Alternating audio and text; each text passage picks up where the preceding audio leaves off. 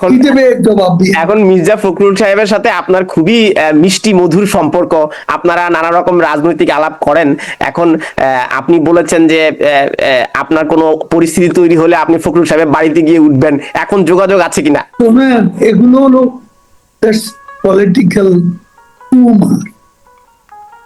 জনগণ খুশি হয়ে হাততালি দেবে, তখন জনমতের প্রতিফলন। একটু রস রস দিয়ে কথাবার্তা বললে আমাদের দেশের পাবলিক খুশি হয়।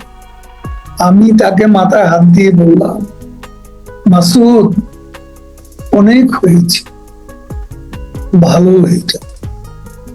মাসুদ কি ভালো? ওখান থেকে মাসুদ এসব ভালো হয়েছিল? এ কথাটা এসেছে, এটা কোনো সাংবাদিক কেউ বলছে। আচ্ছা, তো সেই মাসুদের সাথে কি আর যোগাযোগ হয়? সে কি ভালো হয়েছিল? আচ্ছা, যাচ্ছে। সে দৃশ্য তো খারাপ না, ভিতরে কি আছে কিছু কিছু অভিযোগ ছিল গ্রাহকদের, সে কারণে আমি বলেছি। ক্ষমতার কামড়া কামড়ি আছে, ভাগ বাটোয়ারার প্রশ্ন আছে, তারপর এক জায়গায় তারা ঐক্যবদ্ধ, সেটা হলো শেখ হাসিনাকে ঠেকাতে হবে, আওয়ামী লীগকে ঠেকাতে হবে এবং ভারতের বিরুদ্ধে জোট বাঁধতে। এ ব্যাপারে we are all at one, virtually. এখন তো নির্বাচনের একটি তারিখ ঘোষণা একটি সময় নির্ধারণ করা দেওয়া হয়েছে, ফেব্রুয়ারির মাঝামাঝি সময় নির্বাচন হবে। তো নির্বাচন হলে স্বাভাবিক প্রক্রিয়ায় জনগণের ম্যান্ডেট নিয়ে একটি সরকার গঠিত হবে। এক্ষেত্রে আওয়ামী লীগের অবস্থান কি হবে? আওয়ামী লীগ তো নির্বাচনে অংশগ্রহণ করতে পারবে না, এবং রাজনৈতিক দলগুলো ঐক্যমতের ভিত্তিতেই আওয়ামী লীগকে অংশগ্রহণ করবার না করবার ব্যাপারে ঐক্যমত পোষণ করছে। ঐক্যমত পোষণ করার কারণ অস্পষ্ট, পরিষ্কার কারণ বাংলাদেশে এখন জনমতের যে অবস্থা, বাংলাদেশের নির্যাতিত নিপীড়িত মানুষ আজ তাদের মুখের ভাষা পরিবর্তিত হয়ে গেছে। তারা আজ শেখ হাসিনাকে আবার ক্ষমতার মঞ্চে দেখতে চায়, তারা আবার শাসন ক্ষমতা শেখ হাসিনাকে ফিরে পেতে চায়। সাম্প্রতিক এক জরিপে দেখা গেছে দেশের 52% পিপল ভোটার্স আওয়ামী লীগকে সমর্থন করে, শেখ হাসিনাকে সমর্থন করে। 22% দেখা গেল জামাতে ইসলামী, 14% বিএনপি, সদ্য গঠিত এনসিপি, 3 to 4%। ধরে নিচ্ছি আপনার কথা মতো এই জরিপটি সঠিক, হ্যাঁ। আবার আমরা যদি নাগরিক কমিটির মাহমুদুল হক মান্না সাহেবও একটা ভিডিওতে বলেছেন যে 30-35% ভোট আওয়ামী লীগের রয়েছে। যত শতাংশই থাকুক, আওয়ামী লীগের একটা জনসমর্থন রয়েছে। কিন্তু এখন সংখ্যাগরিষ্ঠ জনগণ যদি চায় আবারও আপনার দলের সভানেত্রীকে বাংলাদেশের প্রধানমন্ত্রী হিসেবে, তো সে প্রক্রিয়াটি কি হবে? আপনারা তো অনেকেই এখন দেশের বাইরে, আপনার দলীয় সভানেত্রী এখন ভারতে, তো আপনাদের ফিরে আসার প্রক্রিয়াটি কি হবে? নির্বাচন না অন্য? দেখো, আমরা তো নির্বাচনের দল। 70 সালেও লিগ্যাল ফ্রেমওয়ার্কের বঙ্গবন্ধু নির্বাচনে অংশ নেওয়া সিদ্ধান্ত নিয়েছে ইতিহাসের বিচার। সেই সিদ্ধান্তই যে সঠিক ছিল 70-এর নির্বাচন, সেটা প্রমাণ হয়ে গেছে। কারণ ওই নির্বাচনে জনগণের যে ম্যান্ডেট, এই ম্যান্ডেটই বলে দিয়েছে স্বাধীনতার ঘোষণা করার বৈধ অধিকার তার কাছে আছে, এবং সেখানেই নির্বাচনের মধ্য দিয়ে স্বাধীনতার ঘোষক হিসাবে বঙ্গবন্ধু। জনাব ওবায়দুল, আমি জানতে চাচ্ছিলাম, এখন আওয়ামী লীগের যে জনসমর্থন রয়েছে, আবারও যদি আপনারা সরকার গঠন করতে হয় তাহলে তো একটা নির্বাচনের মধ্যে দিয়ে যেতে হবে। এখন সকল রাজনৈতিক দলগুলো বলছে আওয়ামী লীগকে আর আপনি আমাকে কথা তো বলতে দিবেন। জি, নিশ্চয়ই নিশ্চয়ই। আমি বলছি 70-এর নির্বাচন, আমরা নির্বাচনের দল। 70-এর নির্বাচনে যদি আমরা অংশ না নিতাম, বাংলাদেশের ইতিহাস ভিন্নতর কিছু হতে পারত। কার অধিকার ছিল স্বাধীনতা ঘোষণা? জনগণের ম্যান্ডেট যার কাছে ছিল তিনি হলেন বঙ্গবন্ধু। আমি বলছি আমরা নির্বাচনের দল, আমরা নির্বাচনে যেতে চাই, আমরা জনগণের দল, আমরা মানুষকে নিয়ে রাজনীতি করি, মানুষের জন্য রাজনীতি করি। তাতে মানুষের ম্যান্ডেট পেতে হবে, নির্বাচনে অংশ নিতে হবে। কিন্তু আপনি যা আমাদের কার্যকলাপ ইউনূস সরকার বন্ধ করে দিয়েছে, আমাদের ছাত্রলীগকে নিষিদ্ধ করে দিয়েছে। আসলে ইউনূস এবং তার মিত্রদের অভিন্ন উদ্দেশ্য হচ্ছে আওয়ামী লীগ যাতে পরবর্তী নির্বাচনে অংশ না নিতে পারে সে ব্যাপারে ক্ষেত্র প্রস্তুত করা, যে কারণে প্রহসনমূলক বিচার অনুষ্ঠিত হচ্ছে।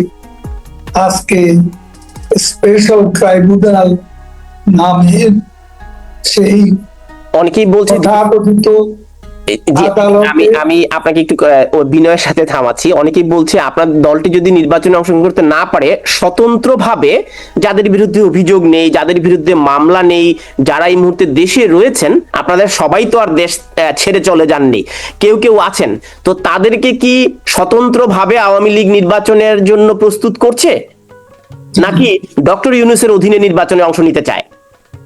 ডক্টর ইউনূসের অবৈধ সরকারের অধীনে দলীয় সিদ্ধান্তকে উপেক্ষা করে যারাই নির্বাচনে অংশ নেই তারা আওয়ামী লীগের কেউ নয়। তাদেরকে আমরা আওয়ামী লীগ বলে কোনোদিনও স্বীকৃতি দেব না। এখন নতুন দলীয় নেত্রী শেখ হাসিনার বিরুদ্ধে 300-র বেশি খুনের মামলা, নেতাদের বিরুদ্ধে শত শত মামলা, শেখ রেহানা সহ পরিবারের সদস্যদের সকলের বিরুদ্ধে মামলা। এই অবস্থায় বাংলাদেশে তাদের উদ্দেশ্যই হচ্ছে আওয়ামী লীগ নির্বাচনে যাতে অংশগ্রহণ না করতে পারে সেই পরিস্থিতি সৃষ্টি করা। না, আপনি বলছেন যে জনপ্রিয়তায় আওয়ামী লীগ 50%-এরও বেশি জনপ্রিয় একটি দল। তো গত নির্বাচনে আমরা দেখলাম যে আওয়ামী লীগের অনেক নেতারা স্বতন্ত্র নির্বাচন করেছেন। আপনার দল বিগত সরকারের ক্ষমতায় থেকে স্বতন্ত্র নির্বাচনে আপনার দলীয় প্রার্থীদের আপনারা বাধা দেননি, তাহলে এই বিপর্যয়ের সময় কেউ যদি স্বতন্ত্র করতে চায় তো তাদেরকে আপনি কেন বাধা দেবেন? তখন তো কোনো অবৈধ সরকার ছিল না, অবৈধ নির্বাচন কমিশন ছিল না। এখন ইউনূসের সরকারই তো অবৈধ, এর কোনো জনগণের ম্যান্ডেট নেই, আনকনস্টিটিউশনাল, আনইলেক্টেড গভর্নমেন্ট।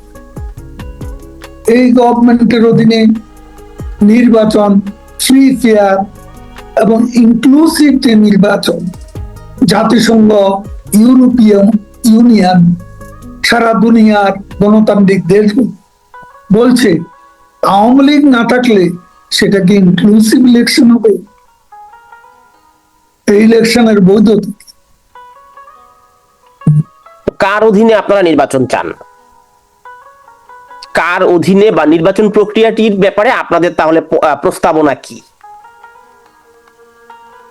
আমরা দখলদার ইউনূসের নেতৃত্বে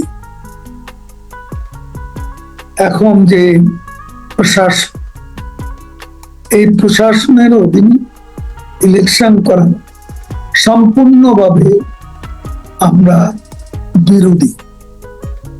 আমরা চাই বাংলাদেশে একটা নিরপেক্ষ, ফ্রি, ফেয়ার, ক্রেডিবল, ইনক্লুসিভ একটা ইলেকশন হোক। নির্বাচন কমিশন বাংলাদেশের সংবিধানেই আছে কখন কি করতে হবে। নির্বাচন কিন্তু অ্যাবসলিউটলি কন্ডাক্ট করবে নির্বাচন কমিশন। এই নির্বাচন কমিশনকে একটা স্বাধীন নির্বাচন কমিশন হিসাবে যে প্রক্রিয়া গড়ে তোলা হয়েছে, এর জন্য কৃতিত্ব অবশ্যই প্রধানমন্ত্রী শেখ হাসিনাকে দিতে হবে। অবশ্যই আমরা স্বাধীন নির্বাচন কমিশনের অধীনে। তো এখন যে নির্বাচন কমিশন রয়েছে সেই নির্বাচন কমিশন তো স্বাধীন, সেই নির্বাচন কমিশনের অধীনে আপনারা নির্বাচন তাহলে অংশগ্রহণ করতে আগ্রহী? আমি বলছি যে সরকারই এখন অবৈধ, সেই সরকারের সৃষ্ট নির্বাচন কমিশনও অবৈধ। তাহলে প্রস্তাবনাটা কি? তত্ত্বাবধায়ক সরকার? সেটা সেরকম কোন পরিস্থিতি আসলে আলাপ আলোচনা করে সিদ্ধান্ত নেওয়া যাবে। জাতীয় সিদ্ধান্ত জাতীয়ভাবে নেওয়া যাবে। এখন যে সাংবিধানিক কাঠামো বিরাজমান, এখানে নির্বাচন, নিরপেক্ষ নির্বাচন করার পথে কোনো প্রতিবন্ধকতা নেই। আমাদের সংবিধানটা, সংবিধানের বিধিবিধান মেনে চলে যে ইলেকশন হবে সেই ইলেকশন আমরা চাই। তো সেই দাবি তো বিগত 16 বছর ধরে বিএনপি এবং অন্যান্য রাজনৈতিক দল করছিল যে আপনারা একটা নিরপেক্ষ তত্ত্বাবধায়ক সরকারের অধীনে নির্বাচন দিলে হয়তো 5ই আগস্টের ঘটনাটি আর ঘটতো না। তো আপনারা তো সেই দাবিটি তখন মেনে নেননি, এখন কেন? 2008 সালে দেখুন, 2008 সালে যে নির্বাচন, যেখানে তারা মাত্র 29+1 30টি আসন পেয়েছে বিএনপি, এরপর তারা নির্বাচনের ব্যাপারে আগ্রহ অনেকটা হারিয়ে ফেলেছে। আপনি দেখুন 2018 সালে মির্জা ফখরুল 2 সিটে দাঁড়িয়ে বগুড়া থেকে নির্বাচিত, তার দলের আরো 6-7 জন নির্বাচিত হয়েছে, তাদেরকে সংসদে পাঠালেন। অথচ দলের মহাসচিব তিনি নির্বাচিত হয়েও সংসদে গেলেন। এটা কোন ধরনের দ্বিচারিতা? এখন মির্জা ফখরুল সাহেবের সাথে আপনার খুবই মিষ্টি মধুর সম্পর্ক, আপনারা নানা রকম রাজনৈতিক আলাপ করেন। এখন আপনি বলেছেন যে আপনার কোনো পরিস্থিতি তৈরি হলে আপনি ফখরুল সাহেবের বাড়িতে গিয়ে উঠবেন, এখন যোগাযোগ আছে কিনা? এগুলো হলো পলিটিক্যাল টিউমার। জনগণ খুশি হয়ে হাততালি দেবে, তখন জনমতের প্রতিফলন। একটু রস দিয়ে কথাবার্তা বললে আমাদের দেশের পাবলিক খুশি হয়। একেবারে আপনি শুকনো গলায় কঠিন কঠিন কথা বলবেন, চেঁচিয়ে চেঁচিয়ে, সেটা মানুষ শুনতে চায়। আমি ফখরুল সাহেবকে নিয়ে বলি বা তিনি আমাকে নিয়ে বলি, ওগুলো হচ্ছে পলিটিক্যাল টিউমার। যেমন আমি বলছি খেলা হবে, পাবলিক এটা খুব ভালোভাবে নিয়েছিল এবং জমেছিল সব মিটিং। এটা তো পলিটিক্যাল। আমাদের প্রতিবেশী পশ্চিমবঙ্গের নির্বাচনেও মমতা ব্যানার্জি, পরে আবার ভারতের প্রধানমন্ত্রী শ্রী নরেন্দ্র মোদী, তারা কিন্তু খেলা হবে এই স্লোগানটাকে খুবই জনপ্রিয় করেছিলেন বিধানসভা নির্বাচন। এ নিয়ে কোনো কৌতুক করার তো বিষয় নেই।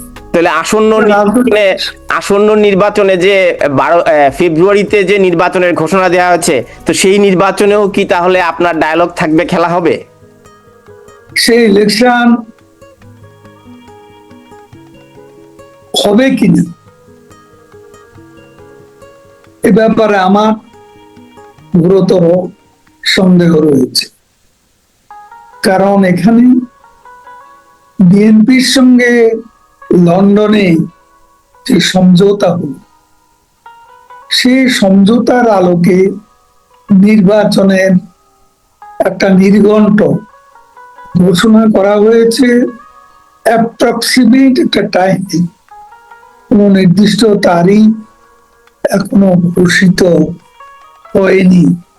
তবে এ নিয়ে বিএনপি ছাড়া অন্যান্য অনেক দল, ইসলামিস্ট অর্গানাইজেশন, এনসিপি, এরা কিন্তু প্রতিনিয়তই লেভেল প্লেইং ফিল্ডের কথা বলে প্রকারান্তরে এই নির্বাচনের বিরোধিতাই করে যাচ্ছে। আচ্ছা, তো ফখরুল সাহেবের সাথে না হয় আপনার একটা রাজনৈতিক মিষ্টি মধুর সম্পর্ক, তো সাংবাদিকদের সাথে কি? আপনি যে সাংবাদিকদেরকে বলে দিলেন মাসুদ তুমি ভালো হয়ে যাও, এই যে মাসুদের ভয়ে এখন কোন সাংবাদিকই এই 16 বছরে সবাইকে প্রশ্ন করলে মাসুদ তুমি ভালো হয়ে যাও, আপনি কত সেটা সেই ইতিহাসটা আপনি জানেন। আমি যখন মন্ত্রণালয়ের দায়িত্বে, সড়ক পরিবহন সেতু, প্রথমে যোগাযোগ, পরে সড়ক পরিবহন সেতু, তখন আমি আমার অধীনে যেসব দপ্তর অধিদপ্তর আছে এবং রাজপথে রাস্তায় যেসব কর্মসূচি ছিল সেগুলোতে আমি যোগ দিতাম। এবং আমার অধীনস্থ যেমন বিআরটি, যেমন বিআরটিসি, যেমন আমাদের সড়ক পরিবহনের যে রোডস এন্ড হাইওয়ে যে দপ্তর, তারপরে বাস, আমাদের Bangladesh road transport corporation, road transport authority, সে বিআরটি এর অফিসে যেখানে গাড়ির জন্য রেজিস্ট্রেশনের জন্য লোকজন আসে, সেখানে একজন কর্মকর্তা ছিলেন। ছেলেটিকে আমি খুবই পছন্দ করতাম, কিন্তু বিআরটি এর কিছু কিছু কাজ যেটা গ্রাহকদের স্বার্থের বাইরে, সেখানে কিছু লেনদেন হতো। তো যে কারণে ও যেহেতু কর্মকর্তা, আমি তাকে মাথায় হাত দিয়ে বললাম, মাসুদ অনেক হয়েছে, ভালো হয়েছে। মাসুদ কি ভালো? ওখান থেকে মাসুদ ভালো হয়েছিল, এই কথাটা এসেছে, এটা কোনো সাংবাদিককে বলি। আচ্ছা, তো সেই মাসুদের সাথে কি আর যোগাযোগ হয়? সে কি ভালো হয়েছিল? আচ্ছা, যাচ্ছে। সে দৃশ্য তো খারাপ না, ভিতরে কি আছে কিছু কিছু অভিযোগ ছিল গ্রাহকদের, সে কারণে আমি বলেছি। যাই হোক, কিন্তু সড়ক এবং আপনি যেহেতু সড়ক পরিবহন এবং সেতু মন্ত্রণালয়ের দায়িত্ব থাকার সময় প্রসঙ্গে এনেছেন, সেই সময়ে আপনার ঢাকা ময়মনসিংহ মহাসড়ক বা বিমানবন্দর বা গাজীপুরের যে 20 কিলোমিটারের সড়ক, সেই বিশেষায়িত লেনের কাজ দীর্ঘায়িত হয়েছে এবং 137টি বাস 1.5 বছরে কেনা হয়নি, এর পেছনে সাবেক সচিব ABM আমিনুল্লাহ নুরি এবং আপনার সূত্র রয়েছে। আপনার পছন্দের প্রতিষ্ঠান থেকে এই বাসগুলো কেনা হয়নি। আপনি কি এই বিষয়ে কোনো কিছু জবাব দিতে চান কিনা? জানবো না তো। আমি আপনাকে বলবো, আমার মন্ত্রণালয়ে থাকাকালীন যারা ওখানে কন্ট্রাক্ট পেয়েছে, সেও বড় কাজ হয়েছে পদ্মা সেতু প্রকল্পে, যেখানে কাজ দেখার জন্য আমি 179 বার পদ্মা সেতু এলাকা পরিদর্শন করেছি। বাংলাদেশের এমন কোন রাস্তা নেই সড়কের হাইওয়েতে যে রাস্তায় আমি যাই। দেখুন, এটা আমরা সেই যে BRT, বাস র্যাপিড ট্রানজিট, এই প্রকল্পটি কাজ শেষ পর্যায়ে আমরা যখন সরকার থেকে বিদায় নিই, সে সময় এটা আমরা বিভিন্ন বাস কোম্পানির সাথে যোগাযোগ করেছি। ভারতের যে অশোক লীলের, তারা আমাদের কিন্তু BRTC-র অধিকাংশ গাড়ি তারাই দিয়েছে।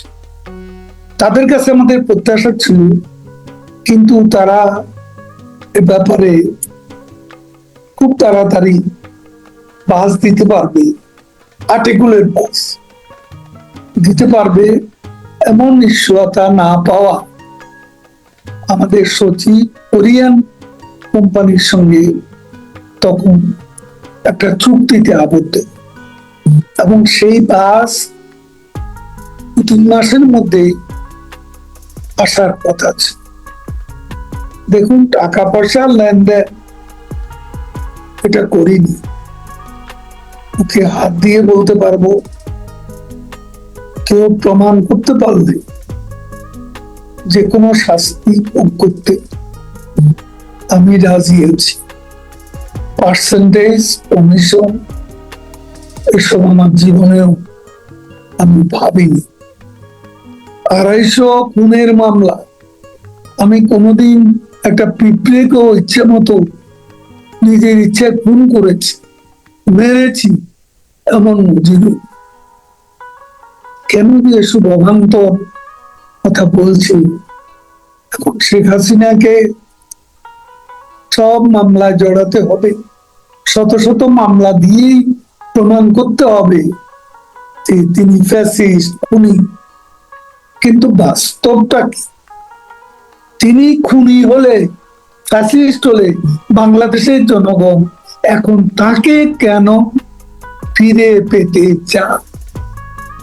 কেন আজকে মানুষ শেখ হাসিনার দিকে আজকে ফিরছে, এবং তার দিন যতই যাচ্ছে শেখ হাসিনার আমলে ভালো ছিল, এই কথাগুলো অনেক ধন্যবাদ। কিন্তু জনাব ওয়াহেদ কাদের, আপনাদের বর্তমান পরিস্থিতিতে 5ই আগস্টের পর গত 1 বছরে জুলাই অভ্যুত্থানের পর আপনার দলের নেতাকর্মীদেরকে যেভাবে নির্যাতনের শিকার হতে হয়েছে, মামলা হামলার শিকার হতে হয়েছে, বাড়িঘর পুড়িয়ে দেওয়া হয়েছে, এই মুহূর্তে আপনাদের শীর্ষ নেতাদের একটা অংশ দেশের বাইরে, আপনারা নিরাপদে দেশ থেকে চলে যেতে পেরেছেন। কিন্তু তৃণমূলের নেতাকর্মীরা যারা এই নির্যাতন সহ্য করছে, তারা হয়তো কোনোদিন আপনার সাথে দেখাও হয়নি, কিন্তু আপনার সাথে হয়তো একটা ছবিও তুলতে পারেনি। তারা এখন কারাভোগ করছেন, গৃহহীন, বাড়ি ছাড়া হয়েছেন, পরিবারের সাথে দেখা করতে পারছেন না। আপনি কি তাদের খোঁজ খবর নিচ্ছেন? তাদের প্রতিনিয়ত আপনার সাথে কথা বলার হাফ এন আওয়ার আগে আমি একটা হোয়াটসঅ্যাপ গ্রুপের সাথে দীর্ঘ কথাবার্তা বলেছি। প্রতিদিনই 2 থেকে 3টি প্ল্যাটফর্মে আমি কথা বলি। আমাদের নেতৃত্ব তার সব কয়টি জেলা, সাংগঠনিক জেলা এবং বিদেশেও অনেক প্ল্যাটফর্মে তিনি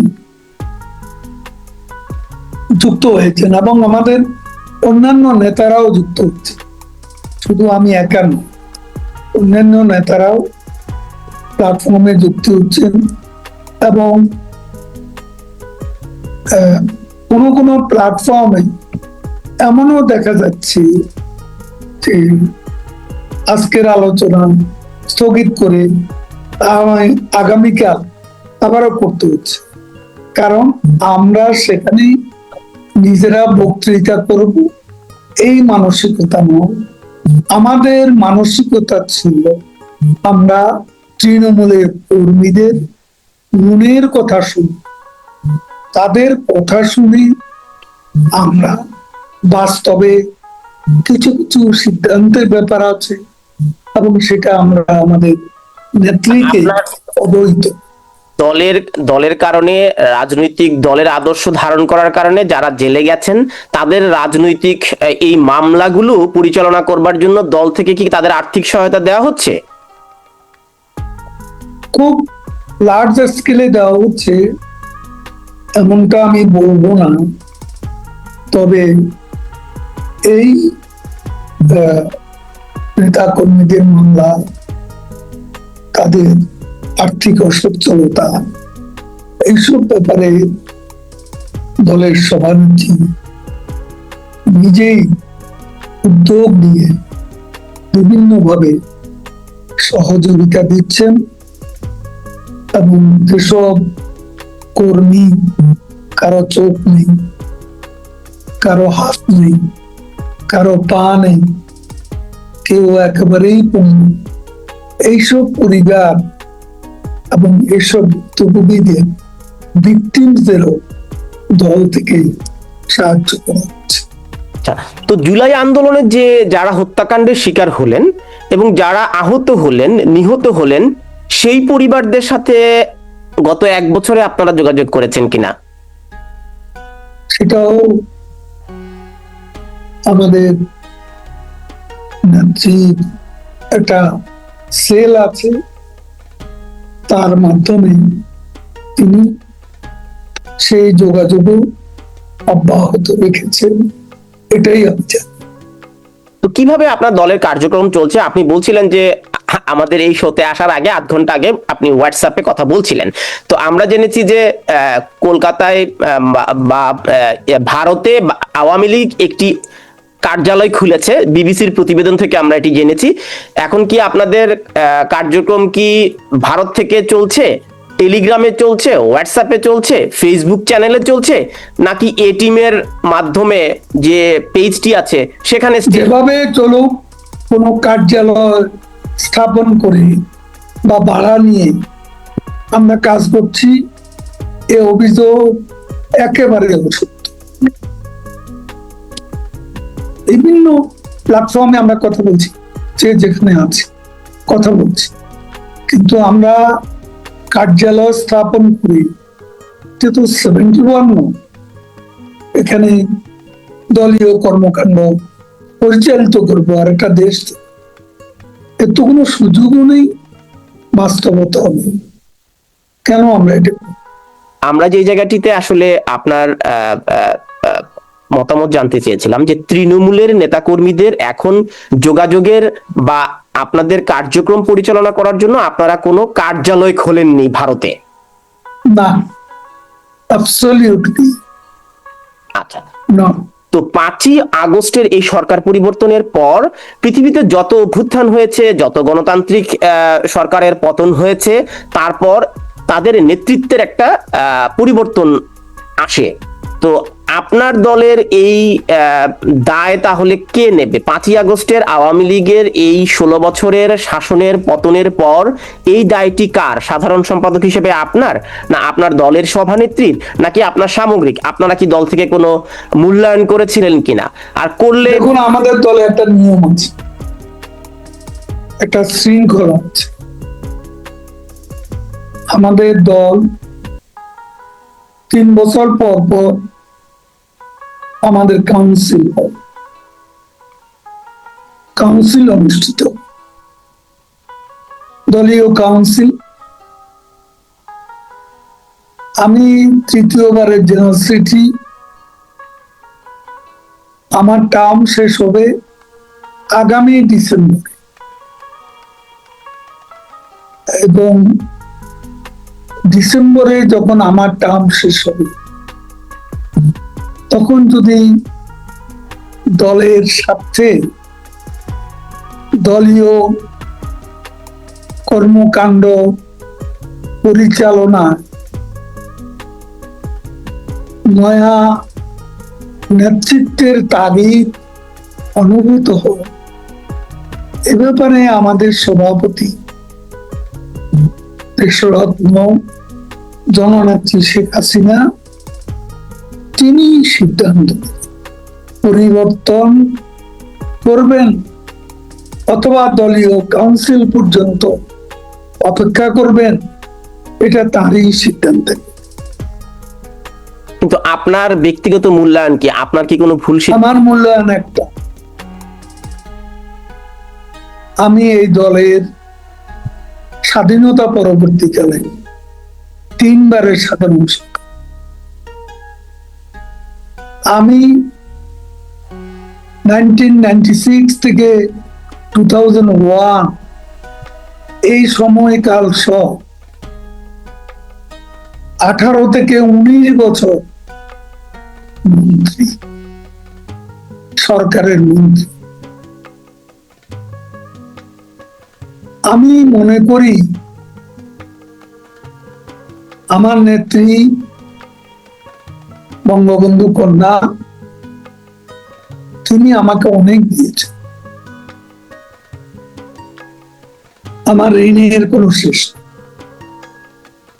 আমি নতুন করে দলের কাছে কোনো কিছু চাওয়ার ইচ্ছে আমার নেই।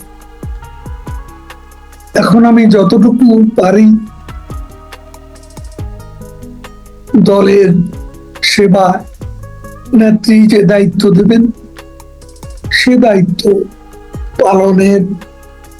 পালনে সচেষ্ট থাকবো।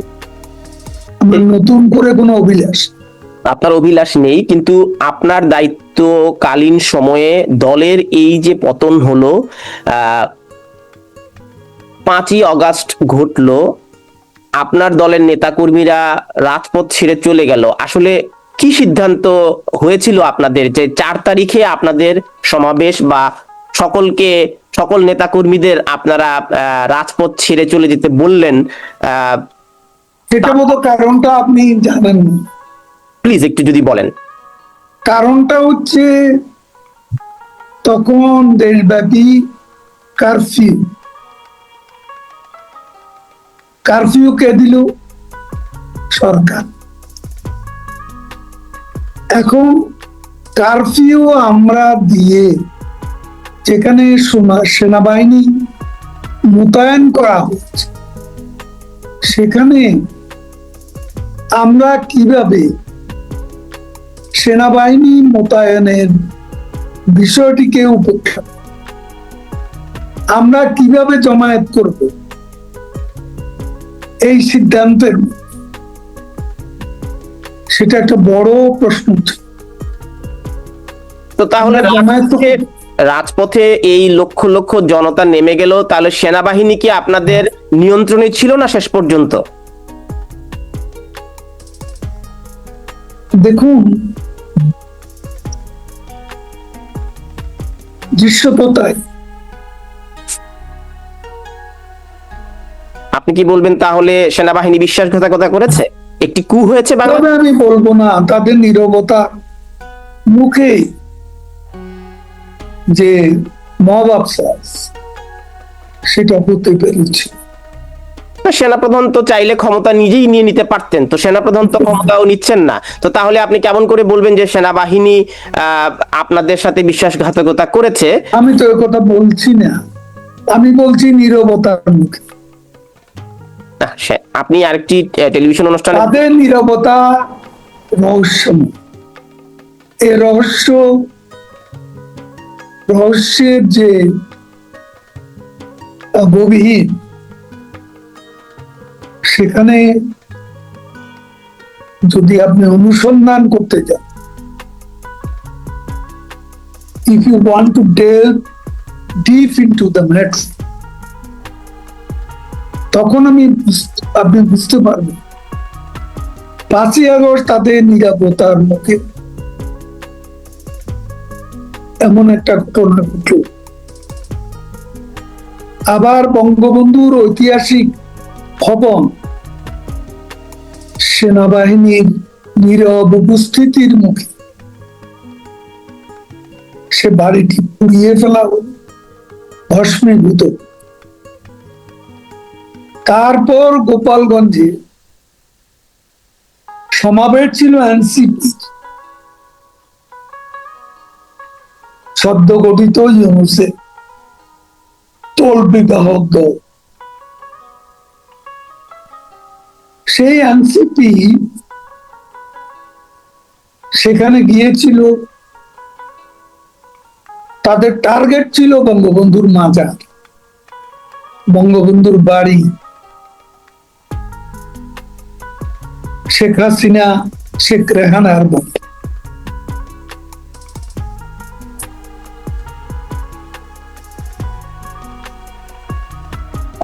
কিন্তু সেনাবাহিনী, আমরা দেখলাম জি, সেদিন এনসিপি কে গোপালগঞ্জে সমাবেশ করতে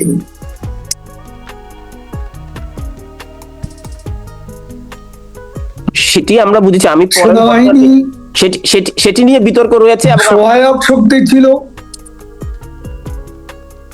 তারা গুলিবর্ষণ করেছে, তারা এনসিপি নেতাদের তাদের বহরে আশ্রয় দিয়েছিল, পলায়নে সহযোগিতা করেছিল। এখানে সেনাবাহিনীর নিরপেক্ষতা কোথায়, সেটাই আমাদের প্রশ্ন। কিন্তু সেনাবাহিনী সেই সময় যদি ভূমিকা না রাখতো, এখানে আরো সেনাবাহিনী যদি সেই সময়ে ভূমিকা পালন না করতো 5ই আগস্টে, তাহলে তো আরো হত্যাকাণ্ড হতো। আপনি যদি আমাদেরকে একটু বলেন যে আপনার দলের নেতাকর্মীদের এখন বর্তমান নির্দেশনা কি, এই বিষয়টি অনেকে জানতে চেয়েছেন। এরকম কিভাবে দল পরিচালনা হচ্ছে, তারা নির্দেশনা কোথায় পাচ্ছে, এবং এবং অনেক নির্দেশনা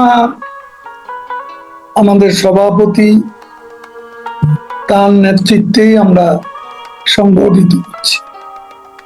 দেশের বাইরে, দেশের ভেতরে, সর্বত্র আমাদের সভাপতি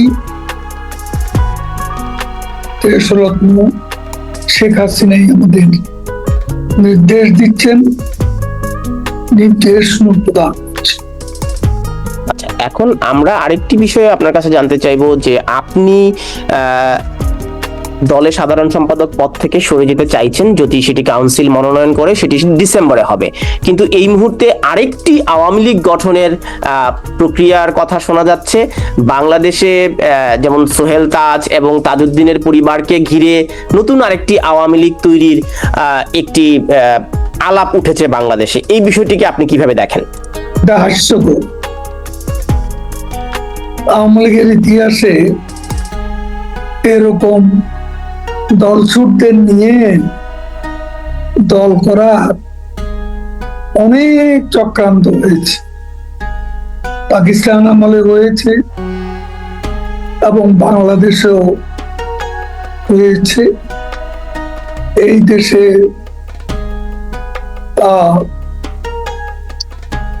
জিয়াউর রহমান, জেনারেল জিয়াউর রহমান এবং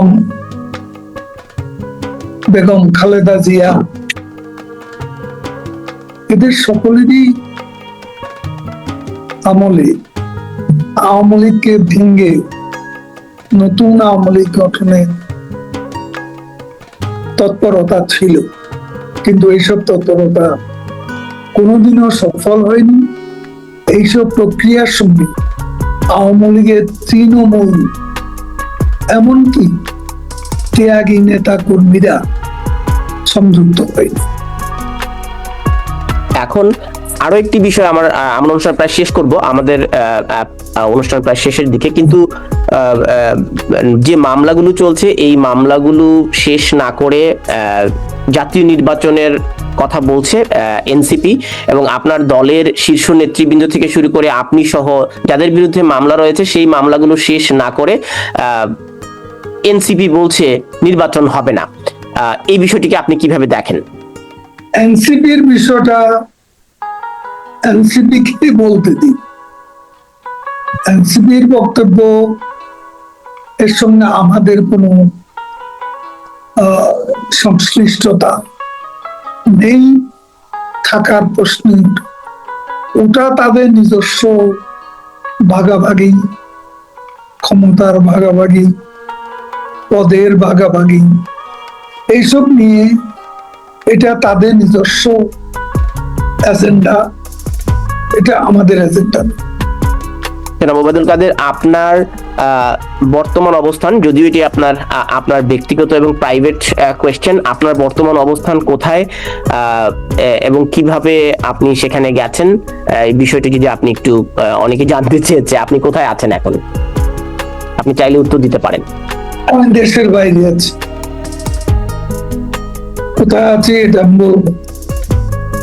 আচ্ছা, আপনার দলের অসংখ্য নেতা কর্মীরা একটি চেইন অফ কমান্ডের পতন ঘটেছে বলে দাবি করছেন, এবং অনেকেই সামাজিক যোগাযোগ মাধ্যমে নেতৃত্বের পরিবর্তন চান, এবং আপনার দলটির মধ্যে বিভাজন দেখা দিয়েছে। যারা তৃণমূলে আছেন তারা, আপনারা যারা দায়িত্বে ছিলেন দীর্ঘ সময়, তাদের বিরুদ্ধে অভিযোগ করছেন, তাদেরকে দায়িত্ব থেকে সরে যেতে হবে এমন দাবিও তুলছেন। তো আপনি কি মনে করছেন আওয়ামী লীগের মধ্যে এই বিভাজনটি অনেক বেশি স্পষ্ট হয়েছে গত এক বছরে, এবং একে অন্যের বিরুদ্ধে বিষোদ্গার করছে, এটিও অনেক বেশি দলটির নতুন করে ভাঙন তৈরি করছে? আপনি এটাকে কিভাবে দেখেন? কোনো ভাঙন, আমি পরিষ্কার ভাবে বলতে চাই, বিচ্ছিন্নভাবে রাজনীতিতে প্রতিযোগিতা করতে পারে, নেতৃত্বের প্রতিযোগিতা, তবে প্রতিযোগিতাটা অসুস্থ বলে সমস্যা। প্রতিযোগিতা সুস্থ হলে সেটা গণতন্ত্রের স্বাস্থ্যের জন্য সেটা শুভ। আমাদের দলের সবচেয়ে বিরূপই হচ্ছে এখানে বিভিন্ন জনের বিভিন্ন রকমের আকাঙ্ক্ষা থাকতে পারে, কিন্তু আমরা সকলে বঙ্গবন্ধু কন্যা শেখ হাসিনার নেতৃত্বে বঙ্গবন্ধুর আদর্শে আমরা ঐক্যবদ্ধ।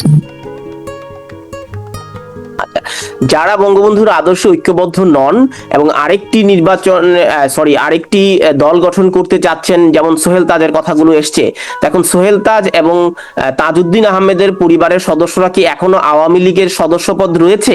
তাদের এই কর্মকাণ্ডের কারণে কি তাদেরকে দল থেকে বহিষ্কার করা হচ্ছে কিনা বা কোনো ব্যবস্থা নেওয়া হচ্ছে কিনা? এসব সিদ্ধান্ত এখন নেয়ার মতো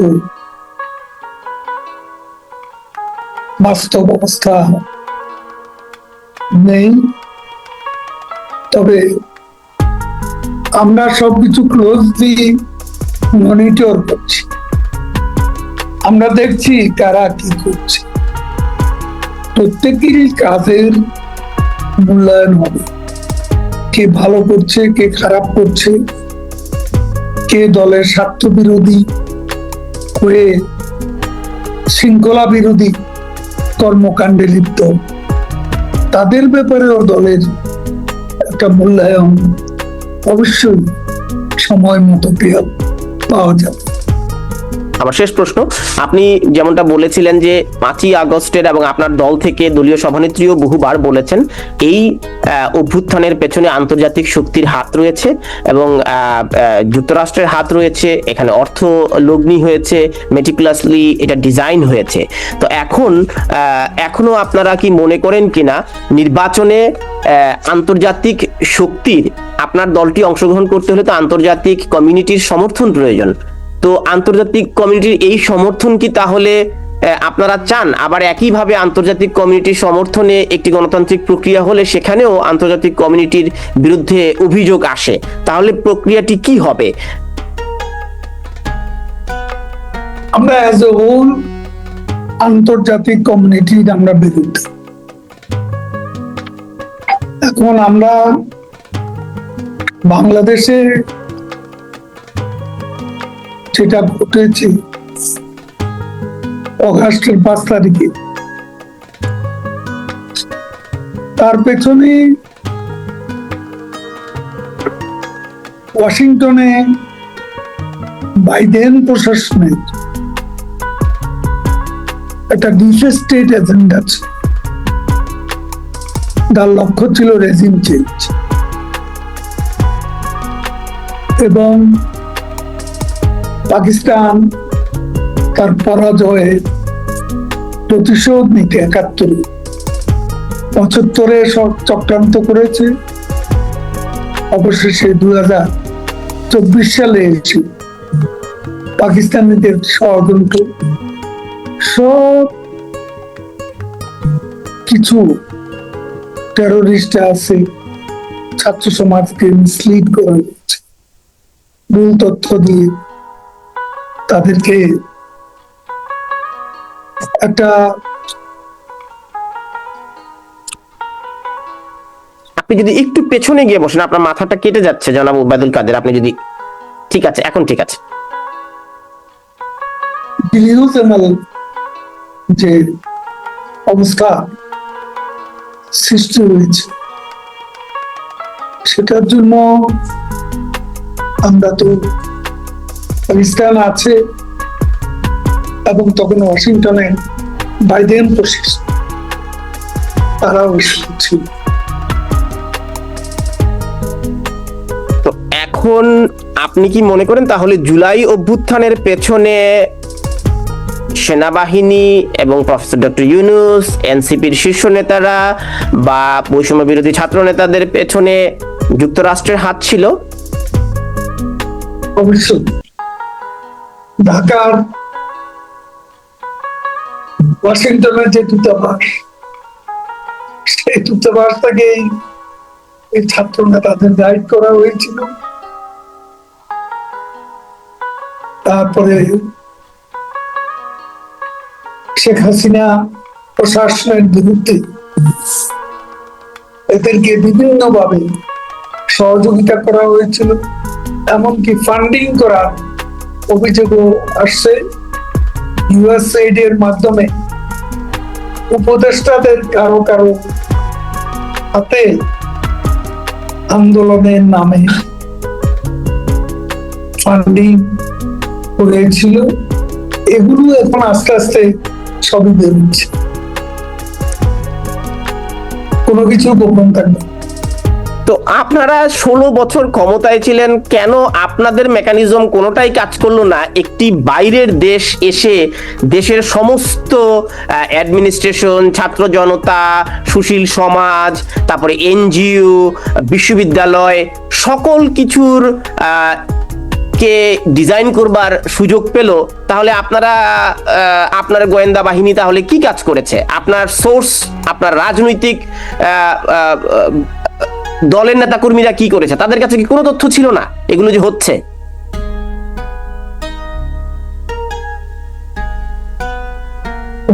তথ্য ছিল না এমন, তবে ঘটনার পরিণতি এ পর্যায়ে দাঁড়াবে, সেখানে হয়তো আমাদের পরিস্থিতি মূল্যায়নের মধ্যে কিছুটা ভুল বুঝাবুঝিও ছিল। ওই যে আমি বলেছি, একটু পেছনে গিয়ে বসতে ঢাকায় আমাদের বিশাল একটা জমায়েত হওয়ার কথা 1 তারিখে। একটু পেছনে গিয়ে যদি কাইন্ডলি বসেন, আপনার মাথাটা কেটে যাচ্ছে। সেই জমায়েতটি আমরা সেনা মোতায়েনের কারণে আমরা বন্ধ করে দিতে বাধ্য হয়েছে। আর সেই সেনাবাহিনীকে দেখলাম একেবারে নিস্তব্ধ নীরব হয়ে দাঁড়িয়েছে, কোথাও কোথাও তাদের স্বাগত জানিয়েছে চলমান মিছিলে, এমনটিও আমরা দেখেছি।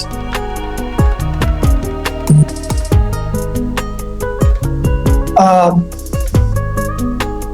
তখন কার কি ভুল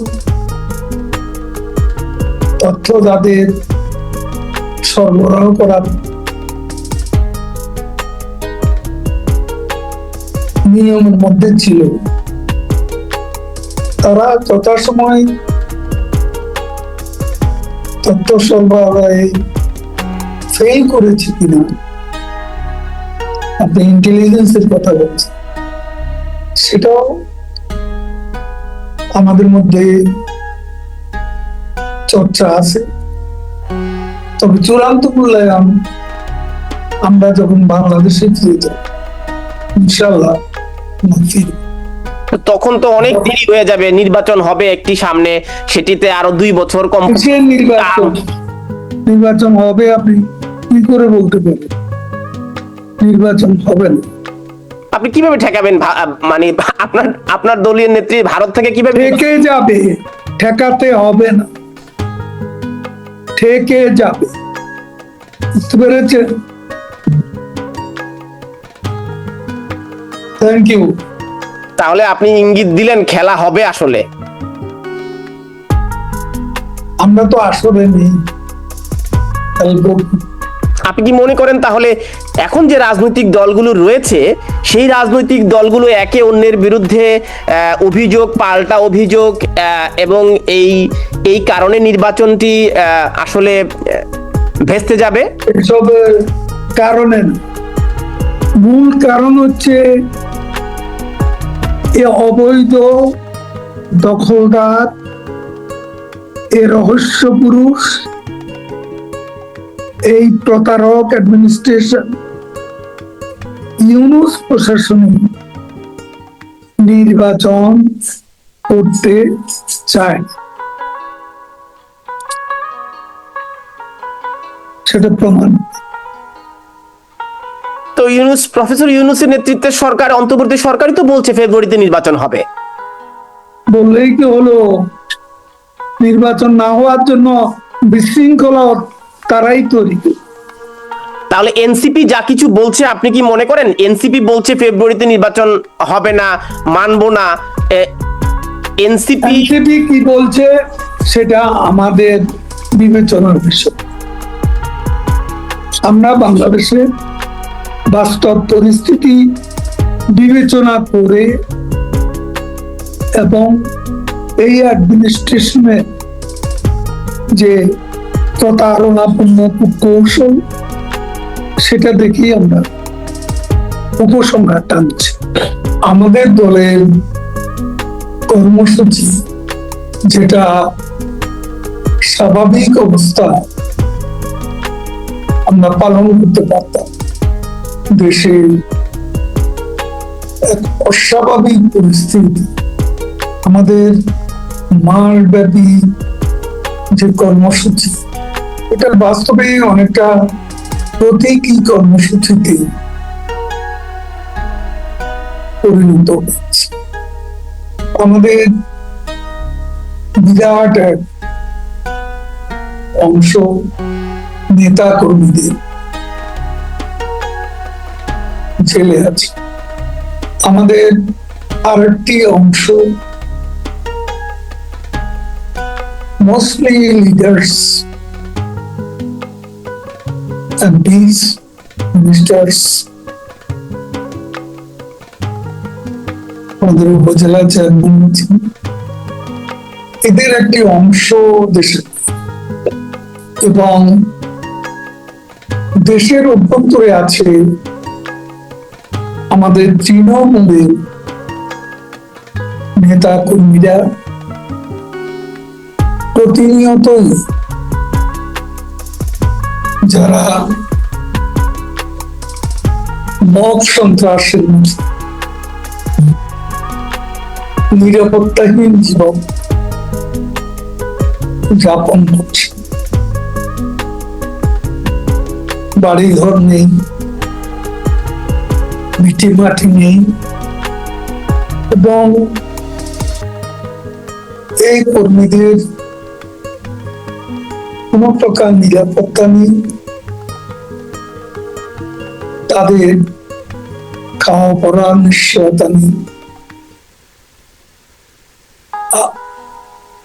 আজকে আজ ওখানে তো কাল ওখানে, এরকম করে একটা জীবন, অনিশ্চিত জীবন আজকে এই তৃণমূলের কর্মীদের ভাগ্যের লিখন হয়ে দাঁড়িয়েছে। কর্মসূচি তারা পালনের চেষ্টা করবে,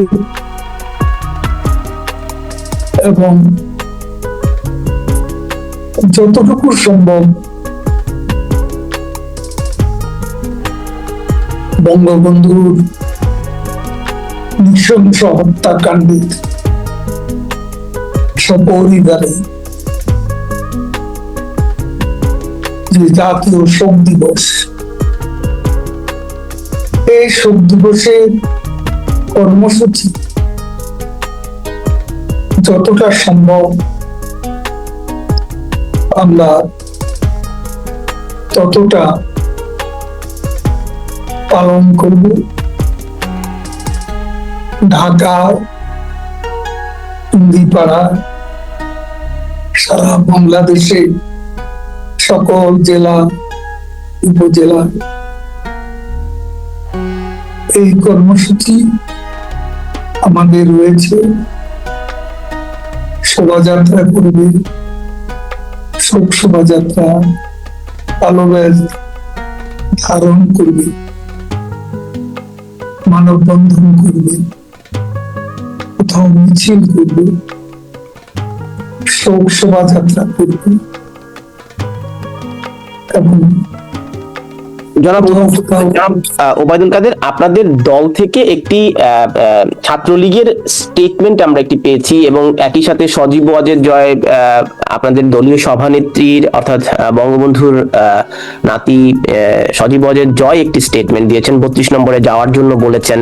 এদিকে আজকে আমরা দেখলাম যে বিএনপি অবস্থান কর্মসূচি নিয়েছে। এর আগে একাধিকবার 32 নম্বরে হামলা হয়েছে, অসংখ্য বিশৃঙ্খল অবস্থা তৈরি হয়েছে। বাড়িটি এখন প্রায় ভস্মীভূত এবং একটি পোড়া বাড়ি। তো এই বাড়িটিতে আসলে শ্রদ্ধা নিবেদন করতে গিয়ে আপনি কি মনে করেন যে দলীয় নেতাকর্মী, যেখানে রাজনৈতিক দলটির কার্যক্রমই নিষিদ্ধ, সেখানে যারা এখন প্রাণ ভয়ে পালিয়ে বেড়াচ্ছে, যারা এখন অনেক মামলার ভয়ে গৃহহীন, যে কোনো মুহূর্তেই এ ধরনের সহিংস পরিস্থিতি তো আরেকটা বিশৃঙ্খল পরিস্থিতি তৈরি করবে, তো এই অবস্থায় 32 নম্বরে শ্রদ্ধা নিবেদন কতটুকু আসলে মানে যৌক্তিক সিদ্ধান্ত? দেখুন, 15ই আগস্ট আমাদের ভালোবাসা, এটি আমাদের রক্তক্ষরণ নীতি। এর সঙ্গে আমাদের লক্ষ লক্ষ নেতা কর্মীর আবেগ, ভালোবাসা, এক ধরনের আবিষ্ট আচ্ছন্নতা জড়িয়ে আছে। বিএনপি, এনসিপি বলুন, বিএনপি, জামাতে ইসলামী, আরো অনেকগুলো মিলিটেন্ট সংগঠন আছে। বাংলাদেশ তো এখন মৌলবাদীদের নিয়ন্ত্রণ চলছে। তারা ইউনূসের দখলদার ইউনূসের নেতৃত্বে কর্তৃত্ববাদী শক্তি হিসাবে সরকারি পৃষ্ঠপোষকতা অবতীর্ণ হচ্ছে। বিএনপি সম্পর্কে যেটাই বলুন, আমার ধারণা সবসময় একই রকম। আমি মনে করি ইউনূসের সঙ্গে যারা আছে, যেসব দল আছে, যেসব শক্তি আছে, they are on the same page against Awami League, against Sheikh Hasina। তারা সকলেই